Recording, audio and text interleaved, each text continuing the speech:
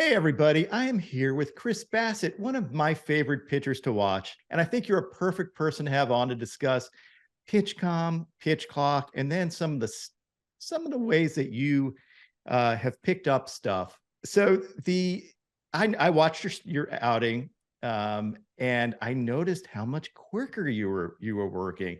I know how Mets fans, like, we had this thing going last year where I would occasionally tweet out comparing you to like the Kentucky Derby or Yeah. shaking like a basset hound, but you're deliberate and very thoughtful. How does the pitch clock and pitcher pitch com affect that?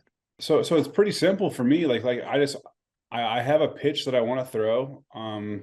And last year my whole entire thing was give me the Pitchcom. And MLB never okayed it. They never said it was okay. And then obviously this year with them trying to speed everything up, they finally said it's allowed. So it makes that process a lot easier. Yeah, last year was I wouldn't say a zoo by any means. I think we got through it and we did it well, but it was just kind of like a perfect storm, a little bit of some unfortunate events of McCann getting hurt and then Nito needing some time. So it was just never really got super in sync with one catcher throughout the whole year. But I give those guys like Nito and all those guys a lot of credit because they're really good. And not just that, like I think, like I said, what we did last year and what we were able to do was obviously really good. So, yeah, I always just thought, just give me the pitch com if we're going to use this technology, and finally they did it. Yeah, I mean, how often do you have your own pitch in mind versus getting a suggestion from the catcher about what to throw, and you sitting there going, "Yeah, never thought about that." Most of the time, you're going there with a pitch in mind, and you're just trying to get on the same page. Yeah, I mean, for the most part, I would say I throw 100 pitches in the game, I would say 99 of them come from me. And I even like Jano, even right now, I told him, like, listen, like, I'm calling my own game, but that does not take the power out of your hands. Like I want you to truly think that you have the ultimate like say. If you don't think I should be throwing a pitch, he's got the ability to kind of override me at any moment. So it's not so much me calling a game, it's just me kind of just like obviously me making basically a suggestion to him and then him okaying it almost. And so far, obviously, it's worked out really well. It's almost like a mini debate where you also, I mean, you have to be convicted in the pitch you throw. So if Mhm. you're not, you're gonna shake till you get something that you really want to throw and not go like, all right, here you go. Guess we'll see how Right. this works out. Yeah, no doubt. And like obviously, like looking back, like me and like Sean Murphy, I think that was like one of the best connections I had with a catcher. And there was a lot of times where I would be shaking, and it was literally just to get back to the pitch that he called in the very beginning. And it was more so just hitters didn't like me shaking, and it was kind of just like the mental game of like, hey, like this guy is going through 7, 8 pitches, and he's not even sure what he wants. But in all reality, I mean, Murph called the right pitch in the very beginning, and it was more so just to like break up what I kind of thought was like a routine kind of thing of this pitch in this spot and this count. And then if I shook 2 or 3 times, they'd start like self-doubting that. Yeah, I noticed that. And I noticed sometimes you would actually smile on the bump when you were shaking a bunch, that it wasn't necessarily maybe getting on the same page. It was more effing with the hitter a little bit. No doubt. I mean, I know the Phillies did not like it at all. They have a lot of guys that did not like it. So I did it more to them than anything. So um I found it funny, but at the same time, I'm like, okay, I get why it'd be really, really annoying. But yeah, I liked doing it to Schwarber and all those guys because they're like, what the hell are you doing? Do you have a feel for using PitchCom as a weapon a little bit? Like, your man Max Scherzer, he would use it to, like, sometimes he wouldn't use it, and then all of a sudden he'd want to speed it up and then call a pitch to just keep the hitter's rhythm off. And Max is big on that. I mean, have you thought about any strategies with it? Or Yeah, being around Max obviously for a year, and then us knowing that this was coming, we obviously had a lot of talks about how we were going to use this. Um, I think he's busting out all the secrets or kind of pushing all of it early. And I'm trying to kind of hold it back a little bit, but for the most part, yeah, I definitely think all pitchers that are kind of calling their own games are thinking about ways to how we can really, really utilize this, and not just not make pitches like better for us, not make results better for us, but like truly, how can we really like weaponize this almost to like hitters like can't even stand it. And I think there's a lot of ways that can really, that we can really have that happen, especially given the fact that they can only step out one time. I think once we, because in my opinion, MLB might push back a little bit. In my opinion, the rules are still changing a lot of what we can and can't do right now. So I'm not blaming them at all. That's fine. This is what spring training is kind of for with all these rules. But I think once we kind of try to figure these things out, I think we're going to really be able to like take advantage of it if we do. Because you see a lot of pitchers right now that are working too fast, in my opinion, but they have like 7-8 seconds on the clock, and they don't really even like realize it yet. Yeah, I've definitely noticed that there's some guys that look like they're almost out of control too fast. And then you're right, like watching Max was, I mean, to me, that dude thinks of everything. If you give him a set of rules, he's going to push every rule, which is what you should be. You're a competitor. You're getting paid to be a competitor.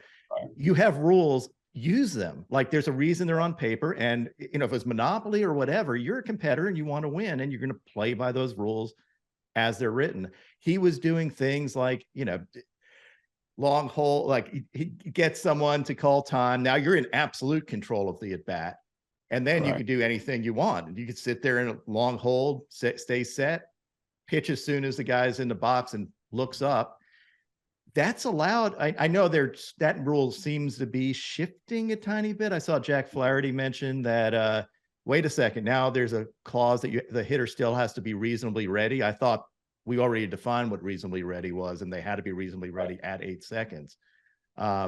So I know some of this is a work in progress, but I also love the gamesmanship, and I hadn't thought this through, adding these new rules, how much gamesmanship it actually adds or changes in the sport, which may make it more fun for fans. Like, hey, look at what this guy did. Look at what this guy did. I haven't thought about that, versus looking at it like, oh, baseball shouldn't have a clock and blah, blah, blah. Where do you fall on all that? So for the very first thing, I think two major things. I think one, everyone's not really tipping their hand of what they're going to do with all these rules. I think there's a lot of stuff in place where whether it be plays on base with like obviously the time kind of thing. There may be like pitchers wanting to do stuff, but they're like, why am I going to show what I'm going to do during the season? So there's so much stuff when it comes to so-called all this technology was used in AA and AAA, and yet it gets to the big league level and it's like, oh, we've never seen this before at AA, AAA level, like the stuff that Max is doing and stuff like that. So it's like, I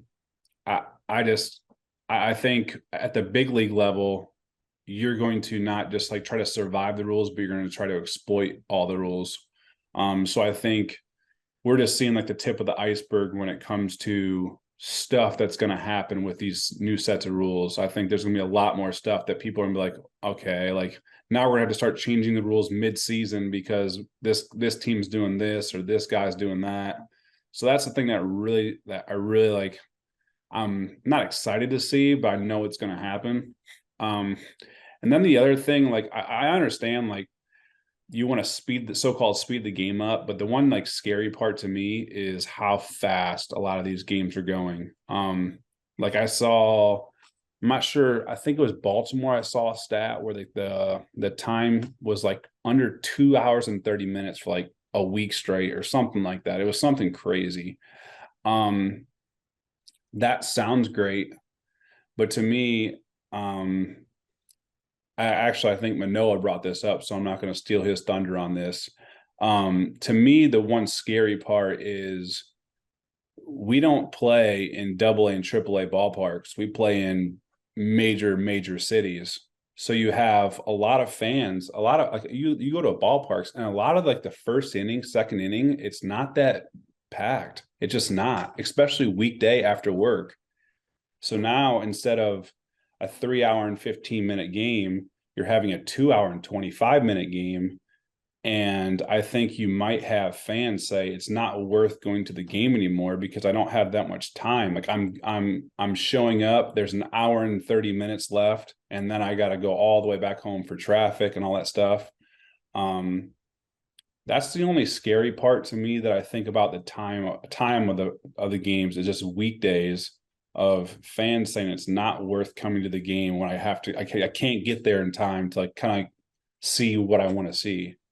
The other thing that I thought about on the positive side is, and you having pitched on the West Coast, a lot of East Coast fans have a very tough time watching West Coast games or seeing any chunk of it because they have to work the next day or whatever. Mm-hmm. Now their game, their home team on the East Coast may be done quicker, and it gives them time to catch a greater part of a West Coast game. So maybe you're seeing, the Bassitts on the A's where you're catching highlights the next day. Now you can watch a good part of the game, or Shohei, you're turning in and you're able to watch 7 innings of it versus watching 5 innings before you have to go to, sleep to be functional the next day.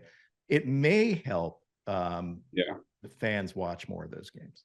That's very possible. But I mean, like even like the start times still aren't changing. So it's kind of hard to stay up till 10 o'clock. A lot of people, at least for me, I'm like, a lot of people like staying up to 10 o'clock to even start a game. I'm like, oh man, I'm not doing that. Yeah, it sucks. But if you're going to sleep, say that people are going to sleep at 11:30.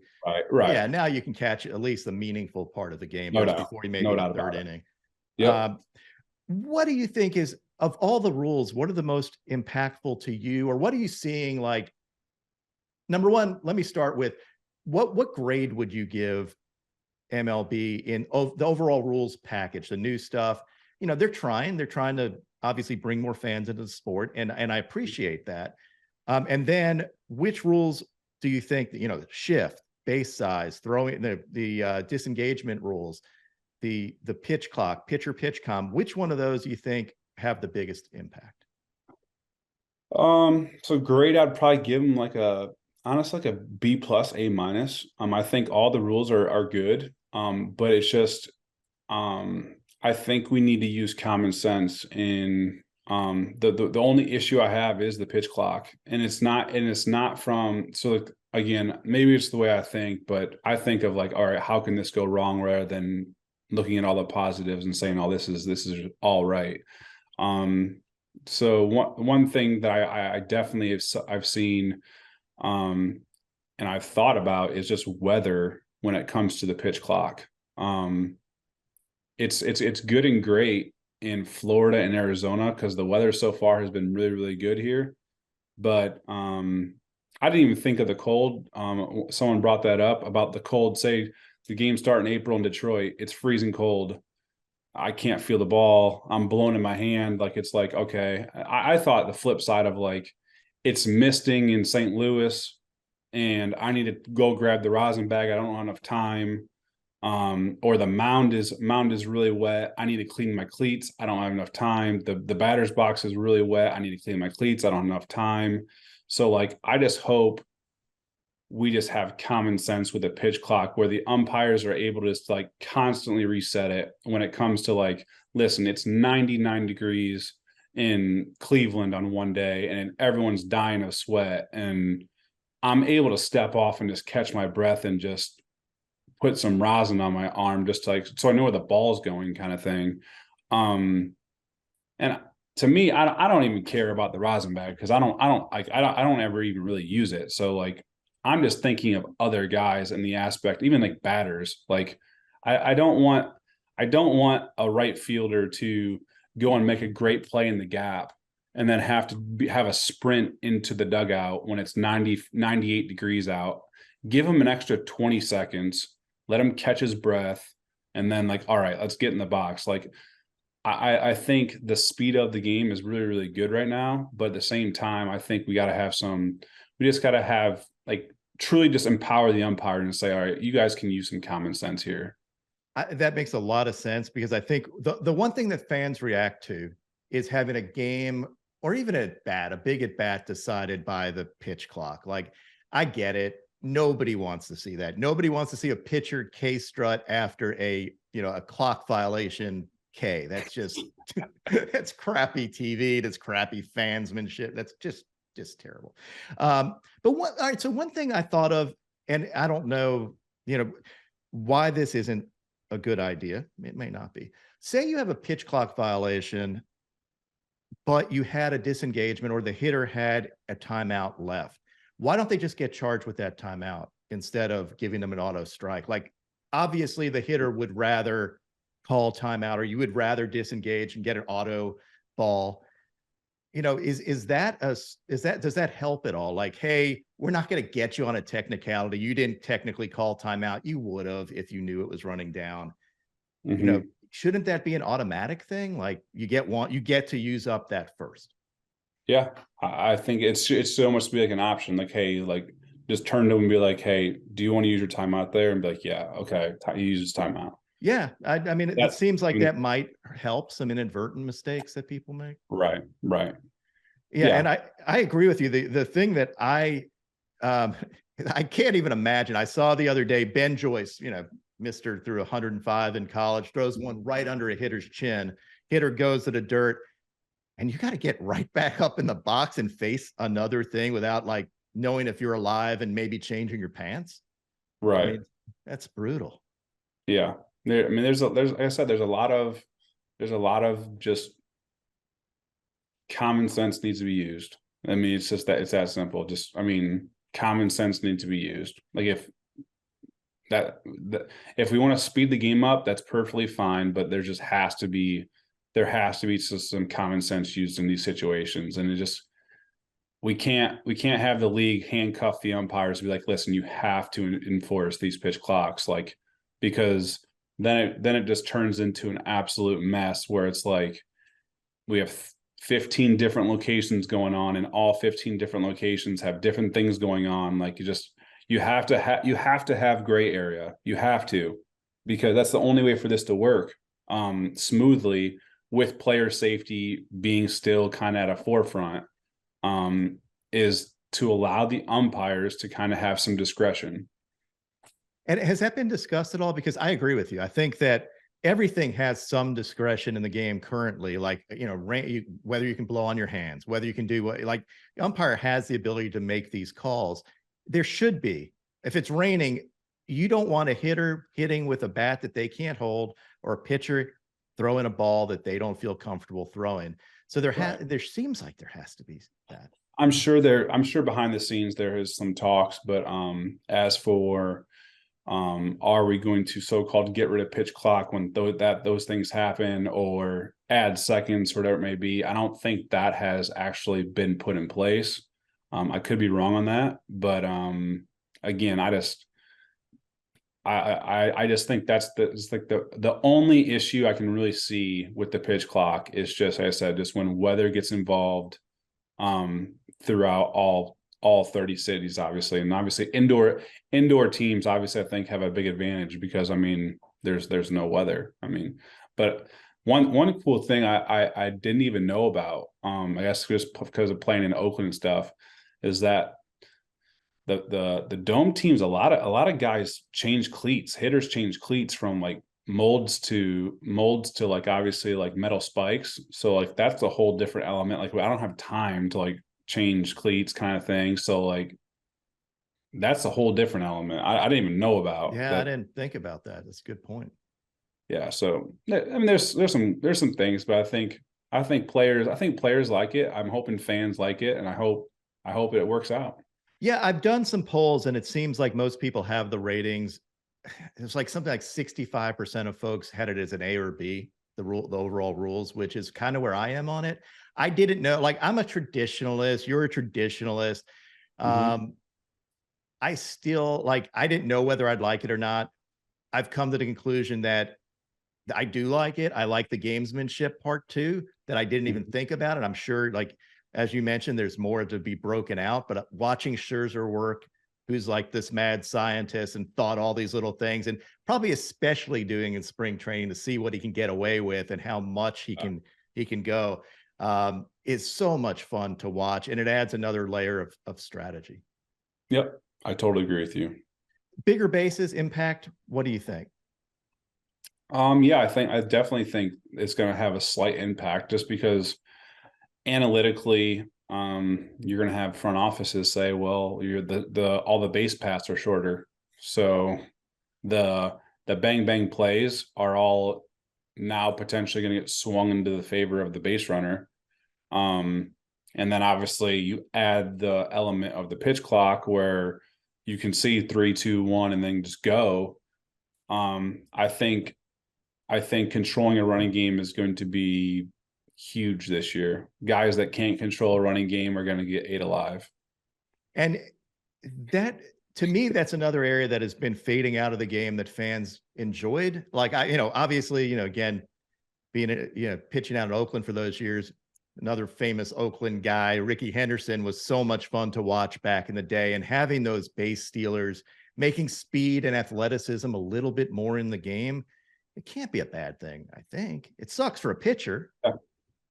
I mean, I always liked the small ball thing, the small ball part of the game rather than just trying to hit home runs every time. So I'm all for hitting runs and all that good stuff. But for whatever reason, front offices don't really care for stolen bases. So What do you think about, have you noticed anything with the shift going away? Is that a positive change? I will say from a fan's perspective, I have heard virtually nothing, no complaints about it. I think they like, well, the shift is it's a great tool. Obviously, analytics, important part of the game. People don't want to see the game run by analytics. I think they want to see the game run by athletes, and to see athleticism and balls hit up the middle that are hits that is a hit through your whole life actually being a hit now, as opposed to having a guy positioned there or ball hit to right field that you have a guy positioned correctly, but it should be a hit because every time you've ever seen in your life it's been a hit. I think right. it's more visually pleasing. What has your experience been? Yeah, I think the shifting really hasn't changed at all, really. I mean, I saw the 1AB with Joey Gallo, and they just Yeah. said, all right, well, we're just going to move an outfielder. Um, the hit up the middle is still not going to be there because we still have a guy sitting right over second base. So I don't think the shifting part is really going to change. Okay. I I am an old school person where I like the idea of a ball up the middle as a hit, and I don't like the idea of a guy shooting me in the 4 hole and there should be a second baseman there. But I I get why the analytic teams put guys where they're at because a lot of times it takes away hits. Right. Um, The but idea is to win a game and not make it look pretty, right? I mean, it's yeah, so the I think the shift really hasn't like so-called been fixed. I think it just you moved one guy 3 feet on the other side of second base, but he's still there. I mean, he might miss 1 or 2 balls, but for the most part,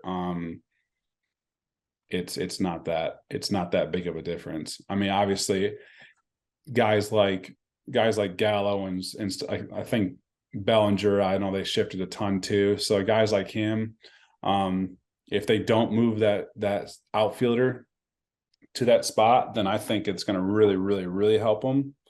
But I don't know. I mean, we'll see what front offices want to do to those type of guys, because I mean, for the most part, the shifts were just versus lefties, like lefty power hitters that can really drive the ball. That was the big issue with the shifts. It was just stacking one side of the field, and just that was it.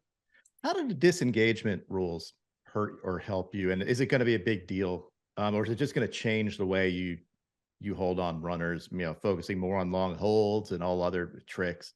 Yeah, the only thing that has given me issues so far is no one on base. You step off and there's no time, so the clock still just keeps running even when you step off. But when someone's on base and you want to step off, then it counts as a disengagement. So like those two different sets of rules, even though I understand that obviously no one's on base versus someone's on base, those two different sets of rules kind of give me a hard time right now, in the aspect that I just think like, all right, step off and the clock's going to stop, and it doesn't stop. So that's just getting used to. That's it. But overall, it's not that big of a deal. One last thing, touching on, and I always like to end this with the mental game, because the mental game is probably it's one of the more misunderstood or understood um, parts of the game. And with the Mhm. pitch clock, does that affect your routines, your mental game? Does it make it easier? Does it simplify stuff? Because now you don't have all this time to double, triple think things. Um, so I think like everything has to be sped up.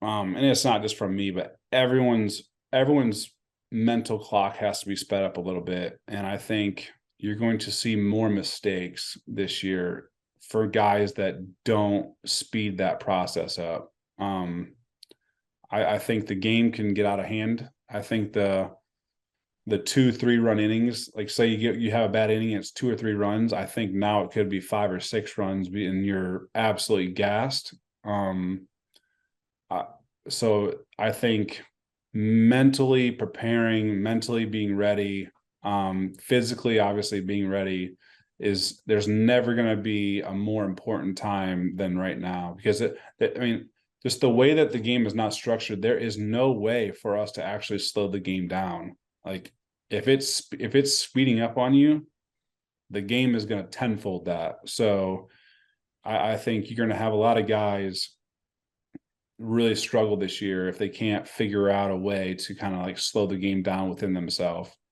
Yeah, and both offensively and on the bump too. Like you may have, pitchers. This is physically. Do you feel like that's going to be an issue? Because this is one of my concerns. My main concern with the pitch clock. Actually, I love the pace.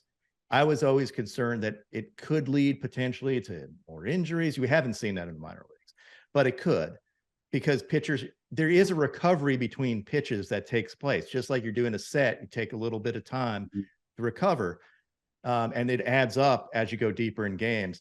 Do you feel that? And do you think that that's going to come into play?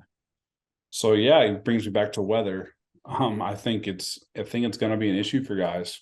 If you're not physically in shape, and if you're not ready for the, say, as dumb as it is, it's 95 degrees out and you got to cover first base, you sprint over to first base, and then all of a sudden, all right, now it's second and third, one out, and you covered first base, you're out of breath, so to speak.